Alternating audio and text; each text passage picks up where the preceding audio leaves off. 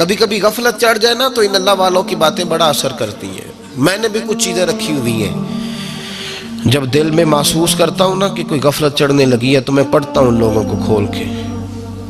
میرے محبوب پاک کے صحابہ میں سے ایک نام حضرت سعید بن عامر کا بھی ہے۔ گورنر بنایا تھا یا عامل بنایا تھا حضرت عمر نے انہیں، ایک صوبے پورے کا۔ آپ کے گورنر ہاؤس کے پاس سے گزرے تو گورنر ہاؤس پیدل چل نہیں سکتے آپ، اتنا بڑا ہے۔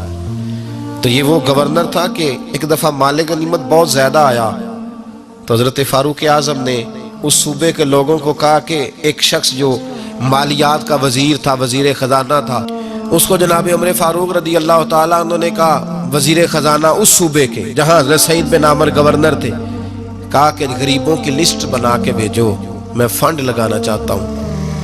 تو جب لسٹ بن کے آئی تو چوتھے نمبر پہ گورنر صاحب کا نام بھی لکھا تھا۔ تو حضرت عمر فاروق رضی اللہ تعالیٰ عنہ نے حضرت سعید بن عامر سے کہا، یار تو غریب تھا، مجبور تھا، تنگ دست تھا، تیرے صوبے کے لوگ کہہ رہے مجھے کیوں نہیں بتایا؟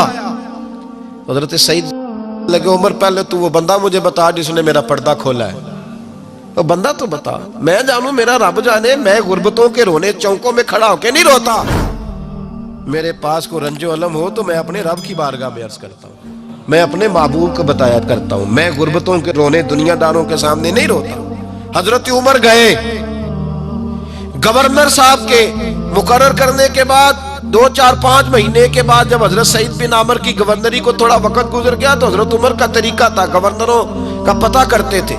آپ کا طریقہ یہ تھا کہ جس علاقے کا گورنر ہوتا اس کی جامع مسجد میں سب لوگوں کو جمع کرتے اور پھر گورنر کو بھی بلاتے، تو کہتے کوئی شکایت ہے گورنر کی تو بتاؤ۔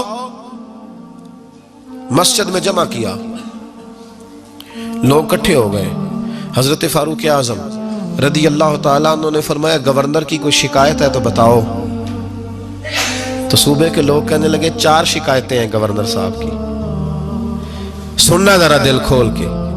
4 شکایات کون سی؟ کہ پہلی شکایت یہ ہے کہ جب یہ نئے نئے آئے تھے تو فجر کے بعد مسجد میں بیٹھ جاتے تھے، جس کا دل کرتا تھا مل لے، اب یہ فجر پڑھ کے گھر چلے جاتے ہیں اور اشراق چاشت کے وقت 8 9 بجے آتے ہیں۔ دوسری شکایت یہ ہے کہ یہ پہلے رات کو بھی ملتے تھے، اب صرف دن کو ملتے ہیں، رات کو نہیں ملتے۔ اور تیسری شکایت یہ ہے کہ ہفتے میں 1 دن ملتے ہی نہیں۔ چوتھی شکایت یہ ہے کہ کبھی کبھی روتے ہیں تو بے ہوش ہی ہو جاتے ہیں۔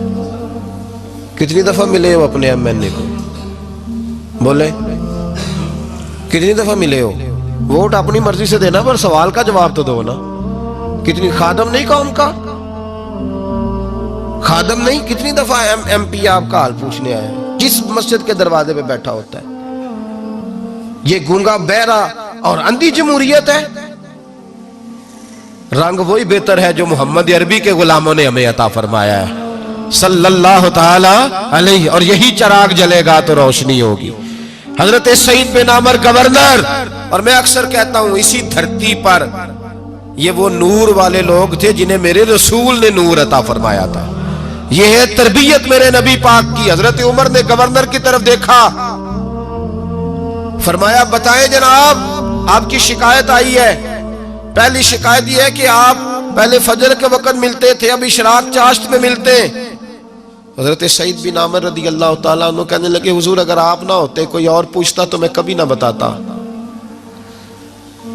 حضور میری مجبوری یہ ہے کہ میری بیوی بیمار ہو گئی ہے اور معذور ہو گئی ہے ٹانگوں سے، میں غریب آدمی ہوں، نوکر نہیں رکھ سکتا۔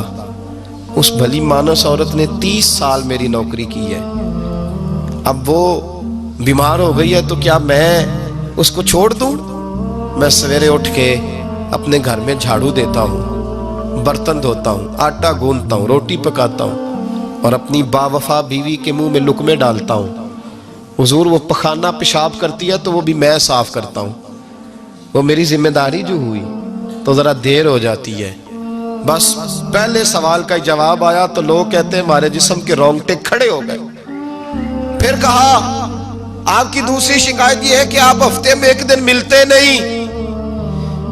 تو حضرت سعید بن عامر کہنے لگے، حضور کاش یہ لوگ مجھے رسوا نہ کرتے، کاش سرعام نہ پوچھتے، تو میرے اور میرے رب کا راز تھا، یہی بہتر تھا۔